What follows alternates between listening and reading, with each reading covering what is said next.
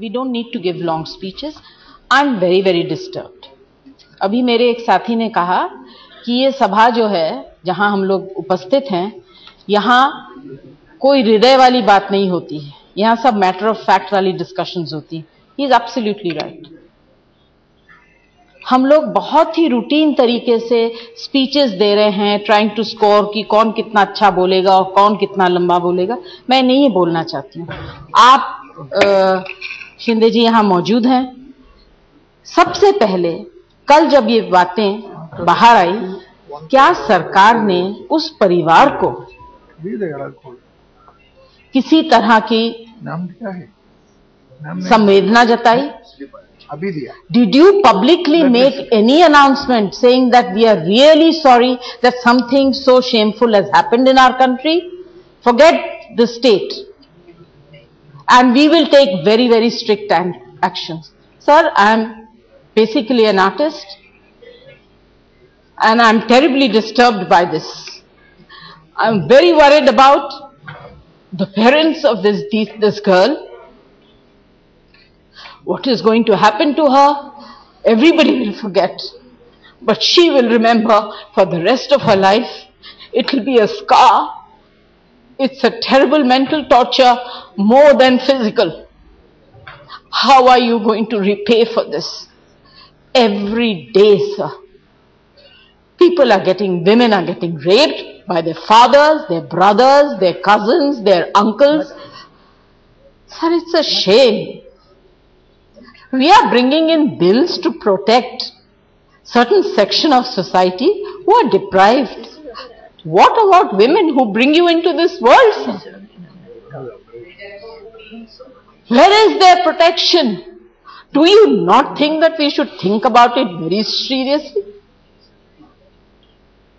I'm ashamed. I personally feel very, very ashamed that I'm sitting in this house and I'm helpless and I'm not being able to do anything.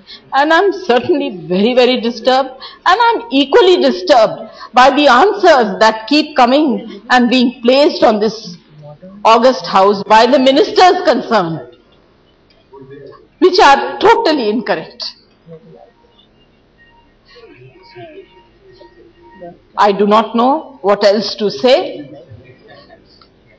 I thank you very much, and I think that there should be a law. Sir, I think this act of sexual assault should be treated at par with attempt to murder, and section 307 of IPS should be amended to include rape under its purview. And I think, sir, we need to, this is a very good opportunity for us. It's sad that I'm calling it an opportunity, but this is a very good time for us to make it an example and show to the country that you mean business. आए दिन नई नई वारदातें होती हैं. बजाय कानून व्यवस्था को सुधारने के एक बयान आता है महिला मुख्यमंत्री की तरफ से कि मेरी सलाह है कि रात को लड़कियां अकेले ना निकलें. अध्यक्ष जी, कल रात जो घटना घटी वो रात्रि 9:30 बजे की है, और महिला अकेली नहीं थी, उसके साथ उसका पुरुष मित्र भी था. तो ना तो घटना देर रात की है और ना लड़की अकेले थी. 23 बरस की फिजियोथेरेपिस्ट महिला 9:30 बजे एक बस में बैठती है द्वारिका जाने के लिए, और अंदर जो बैठे हैं उनमें से कोई भी यात्री नहीं है. वो एक तरह का नापाक इरादा लेकर बैठे हैं. वो उस महिला के साथ छेड़खानी करते हैं. उसका पुरुष मित्र रेसिस्ट करता है, लड़ाई लड़ने की कोशिश करता है, तो उसके सिर पर रॉड्स मारते हैं, लोहे की छड़ें, और उसके बाद उस बच्ची के साथ दुष्कर्म करते हैं और गैंग रेप करके उसको बस से नीचे फेंक देते हैं. कल हमारे यहां से कुछ महिलाएं, हमारी महिला मोर्चा की अध्यक्षा, वहां देखने के लिए गईं. डॉक्टर ने उन्हें मिलने नहीं दिया, लेकिन बाहर उसकी दास्तान सुनाई कि लड़की वेंटिलेटर पर है, उसके इंटेस्टाइन्स पूरे डैमेज हो चुके हैं. बचेगी कि नहीं बचेगी ये कहा नहीं जा सकता. आज सुबह पीठ से आपने एक शब्द इस्तेमाल किया, जघन्य कृत्य. शायद इससे ज्यादा उपयुक्त शब्द इस घटना के लिए नहीं हो सकता। बहुत बार मैंने इस तरह के कृत्यों के लिए कहा है कि ऐसे लोगों को फांसी की सजा होनी चाहिए। लोग कह देते नहीं कैपिटल पनिशमेंट खत्म हो जानी चाहिए। आप मुझे बताइए, इस तरह की घटना की शिकार महिला ना जिंदा में रही और ना मरे में रही। वो एक जीवित लाश बनकर के अपना जीवन जिएगी अगर बच गई तो। अभी जीवन और मौत का संघर्ष झेल रही है, पता नहीं बचेगी कि नहीं बचेगी, लेकिन अगर बच गई तो पूरी जिंदगी एक जिंदा लाश की तरह से गुजारेगी। क्या ऐसे लोगों को फांसी की सजा नहीं होनी चाहिए? महिलाएं तो जाएंगी, रात को भी नौकरी करेंगी, नर्सेस भी जाती हैं। मुझे आज ही मीडिया कर्मी की एक शिकायत मेरे सामने आई है कि उसमें रात को 10 बजे मीडिया कर्मी बच्ची किसी अपने कार्यक्रम को कर रही थी, उसके साथ छेड़छाड़ की गई। और ये छेड़छाड़ ईटीजिंग को भी सेक्सुअल असॉल्ट में एक तरह से रेप के समकक्ष ही माना गया है। और एक दंड की प्रक्रिया, जब तक दंड बहुत मजबूत नहीं होगा, हमें हमारी न्यायपालिका पर पूरी तरह से विश्वास है, क्योंकि बहुत से ऐसे केसेस हुए हैं, बहुत से ऐसे मामलात हैं जिसमें उन्हें मृत्यु दंड तक का दंड दिया। चाहे कलकत्ता का मामला हो जो बहुत दिनों बाद तक निकल करके बहुत सालों बाद हुआ है, लेकिन प्रक्रिया इतनी लंबी है कि उसमें 10-10, 20-20 साल लग जाते हैं। इसलिए फास्ट ट्रैक की जरूरत है, फास्ट ट्रैक कोर्ट बने। उन्होंने इस बात को कहा है और मैं चाहती हूँ कि आप उन पर दबाव डालें कि फास्ट ट्रैक कोर्ट न केवल दिल्ली में बल्कि प्रत्येक राज्य में फास्ट ट्रैक कोर्ट बन सकता है। जब राजस्थान 1.5 महीने में इस पर फैसला सुना सकता है तो 10-10 साल तक रेप की बच्चियां कहाँ जाए। और तीसरी और आखिरी बात कि रेप विक्टिम के संबंध में शांत रहिए, कोई राजनीति नहीं कर रही हूँ, आप महिला के दर्द को सुनिए।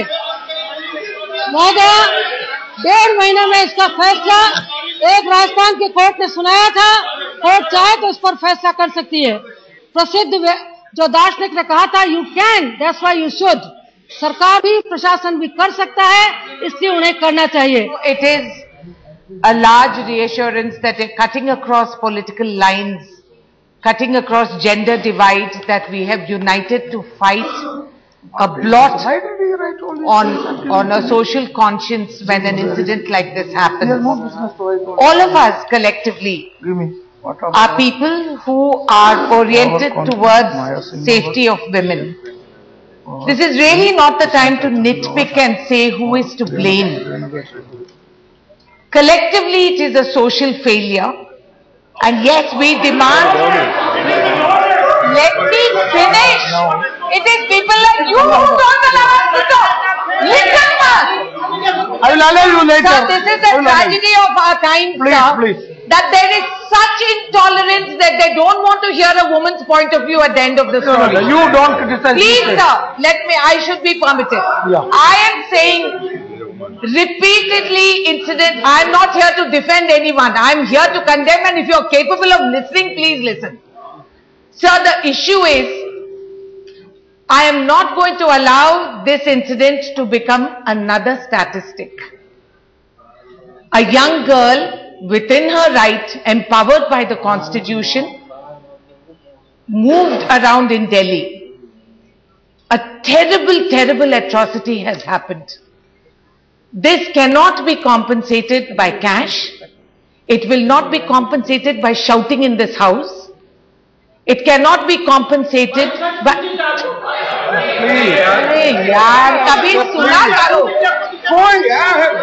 This is an incident, sir, that it is not yet another incident, because each incident in its own carries the tragedy of failure. The police whose business it is to give us confidence as citizens, who should be involved in confidence building, are to take such determined steps that the fear should be there. How is it that these individuals who've done this atrocity believe that they will get away with it? How is it that they actually have the courage? I won't call it courage, it's actually cowardice. That these men... Now please conclude. Please conclude. Please conclude. This is amusing. Come on, go or ahead. wit, Please, no, please, or please, wisdom. please, What please is conclude. this? No, you don't listen to that. You say and conclude. So, sir, it is this breach of trust that comes around. Please. And my appeal is Yeah. that the Home Minister is here. All of us women in this parliament, we are in giving an invitation through you, sir, that we should collectively go, meet with him separately outside this house, meet with the Commissioner Police, meet with the Chief Minister New Delhi, to work out an action plan whereby such incidents do not happen again. Okay. It's not enough for us to treat this as yet another statistic, and that tomorrow things will finish and day after another incident will happen like this. घटना हम सबके सामने आती है तो इस सदन में हम सब अपनी चिंता, अपना आक्रोश व्यक्त करते हैं, लेकिन दिल्ली की सड़कों की हकीकत यह है कि हम चाहे कितना भी आक्रोश व्यक्त कर ले सदन में, चाहे कितने भी हम साउंड बाइट्स दे दें, कल रात को उसी स्थल पर जहां पर इस 23 साल की बेटी का बलात्कार हुआ, उसी स्थल पर हेडलाइंस टुडे की एक महिला पत्रकार जाती है तहकीकात करने। मुझसे किसी ने कहा कि वो स्वयं डीसीपी की पत्नी है। गाड़ी में 4-5 लड़के आते हैं, उनको परेशान करते हैं, और ये महिला पत्रकार खैर मनाती है कि thank God a male cameraman was with me so I was protected. बार बार इस सदन में हमारे सदस्यों ने कहा कि चाहे हम कितना भी आक्रोश व्यक्त कर ले, सच यह है दिल्ली का कि दिल्ली में जो दरिंदे हैं उन्हें कानून का खौफ नहीं है। मेरे रोंगटे खड़े हो जाते हैं सर ये सोचते हुए कि जिस बस में इस लड़की का बलात्कार हुआ वो एक स्कूल बस थी। दरिंदे ये जो इस लड़की का बलात्कार कर चुके हैं, बच्चों को हमारे स्कूल लेकर जाते हैं। दिल्ली में आज 2 लाख से भी ज्यादा buses public transport system apply कर रही है। आज रेणुका जी ने कहा कि एक अबाव पार्टी पॉलिटिक्स कमराडरी की एक भावना के साथ हमें इस विषय पर चर्चा करनी चाहिए। आज एक महिला सदस्य होने के नाते एक और बहन से मैं कहना चाहती हूं कि नवंबर 2010 से हम दिल्ली के पुलिस कमिश्नर से निवेदन कर रहे हैं कि आप गश्त बढ़ाइए पीसीआर वैन्स की, कि आप फुट पेट्रोलिंग ज्यादा करवाइए, कि आप महिला संगठनों के साथ बैठकर मासिक एक समीक्षा कीजिए कि आपके किसी भी काम से क्या क्राइम घट रहा है या क्राइम बढ़ रहा है। हमने दिल्ली के पुलिस कमिश्नर से निवेदन किया कि आप क्विक रिस्पांस टीम बनाइए, लेकिन हमारे एक भी निवेदन पर गौर नहीं किया गया। दिल्ली में 2010 से लेकर 2011 तक सेक्सुअल हरासमेंट के केसेस में 120% की बढ़त हुई है। आज भी दिल्ली में ऐसी कितनी बेटियां हैं जिनको जब छेड़ा जाता है तो उनसे कुछ पुलिस के कर्मचारी ये कहते हैं कि छेड़ा ही है ना, बलात्कार तो नहीं किया। दिल्ली में एक एसएचओ का बयान है सर कि अगर महिला का बलात्कार होता है तो उसके कपड़ों का दोष है, उस दरिंदे का दोष नहीं जो उसका बलात्कार करता है। आज यहां पर एक महिला सदस्य ने कहा कि आप सीसीटीवी लगवाइए डीटीसी बस में। सर घोषणाएं तो हर अपराध की बात करती है दिल्ली की सरकार। सीसीटीवी डीटीसी बस में लगेगा इसकी घोषणा तो हो चुकी है, लेकिन सत्य यह है सर कि आज तक डीटीसी बस में सीसीटीवी लगाने की क्लियरेंस नहीं मिली है। सर आप मुझे टाइम आउट कह रहे हैं, the time should be up for criminals not members of parliament discussing this issue. Delhi में 8000 चालान दिए गए हैं पब्लिक ट्रांसपोर्ट सर्विस में ऐसे लोगों को जो इलीगली बसेस चला रहे हैं। आज आदरणीय गृह मंत्री जी से मेरा सवाल है कि ऐसे कितने लोगों के लाइसेंस को जब्त किया गया है। हमने बार बार आग्रह किया है कि आप महिला पुलिस की भर्ती ज्यादा कीजिए। हमारे इस निवेदन पर किसने नजर डाली है और किसने इस निवेदन को स्वीकारा है? सर 36 घंटे में 23 साल की लड़की का बलात्कार होता है, 6 साल की बच्ची का बलात्कार होता है, और ये बार बार बलात्कार इस देश की राजधानी में इसलिए हो रहे हैं क्योंकि इस देश में किसी को खौफ नहीं बचा अब कानून का। आज मैं भारत सरकार से पूछना चाहती हूँ कि क्या भारत सरकार I stand here nervous and scared as the father of a 17-year-old daughter living in India. Sir, Delhi has for long been the political capital, the administrative capital, but if you look at the track record in the last so many years, it has now become the rape capital of India. 575 cases of rape, 575 cases too many. We're not trying to justify that one city is more than the other. each rape is a rape too many. If you look at Mumbai, it's no better, 250. If you look at Bangalore, equally bad, 96. If you look at Chennai, equally shameful, 76. And if you look at Calcutta, also very bad, at 42. Sir, the 2 points we want to make in this short time is, firstly, I think whenever there is a rape, we think it's a women's issue. We often want to make it a women's issue. We believe it's much beyond the women's issue. In fact, it's actually a male issue, because it's about men, and I'm one, who stop behaving like human beings and start acting like animals. Exactly. This is animal instinct.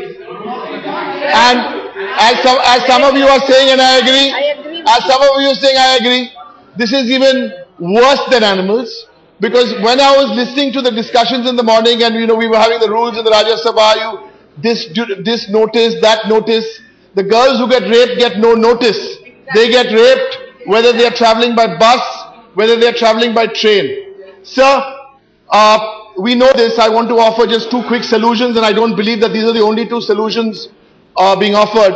One is, sir, of course, the Home Minister needs to give us good reasons about the responsibility of the police force. And the second, the more positive way, sir, often social communication has played a very important role. We've made many interesting films for national integration. I think it's time now we take this issue of preventing rape and create a lot of social communication so we can spread this message through different media.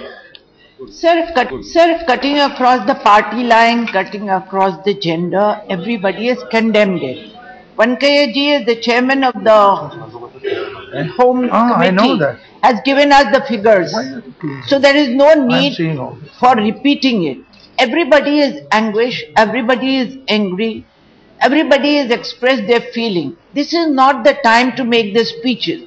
We can ask the chairman to give us time when all of us can make long speeches. The time has come that some action should be taken. The Home Minister comes from Maharashtra, where at least the law and order situation at one time used to be in Bombay very well. We have a lot of expectation out of you, Mr. Home Minister. We hope that you will take action. It takes time to improve things. But I also request, sir, there should be a thinking among the people why these incidents are taking place. Why such incidents take place in Delhi more than any other city in the country. एक paramedical छात्रा के साथ बस में जो घटना घटी है, रेप की घटना, उसने सारे धरंड जी के सारे उनको लाइनों को पार कर दिया है। सर, ऐसी घटना सभ्य समाज के ऊपर एक प्रश्न चिन्ह खड़ा करती है।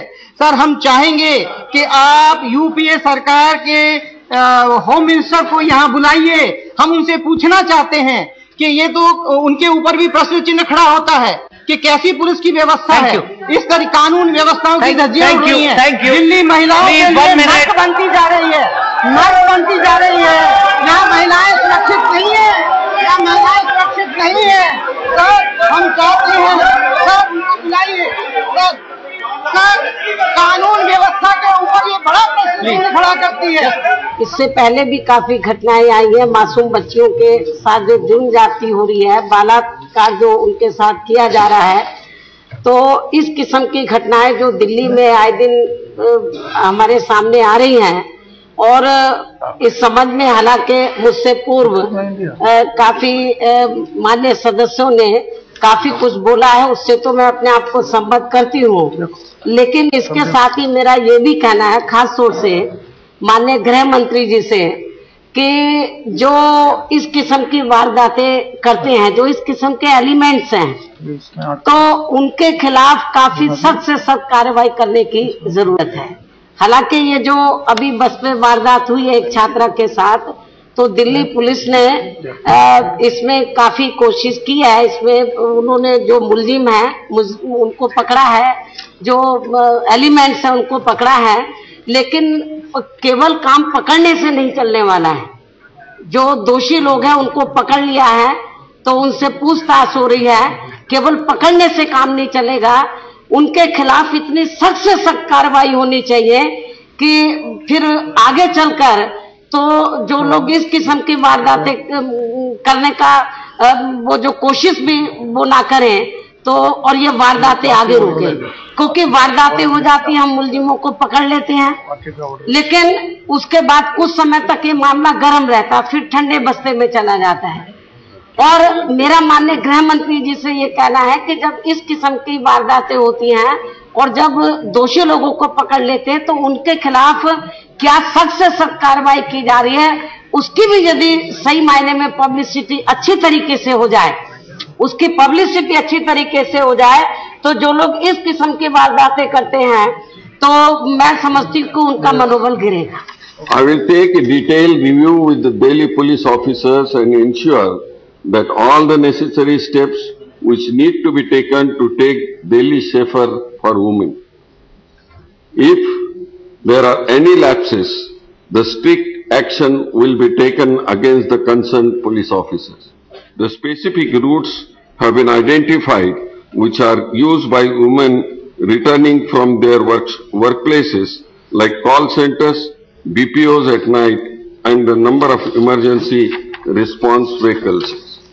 And the PCR vans on these routes have been increased apart from introducing motorcycle patrol. The 3 dedicated helplines have been set up for women and publicized. A special task force at the level of Home Secretary will be constituted to look into the safety issues for women in Delhi by taking into consideration the suggestion made by the honorable members today. Many good suggestions have come. I have taken note of it and will try to bring into the gambit of the action.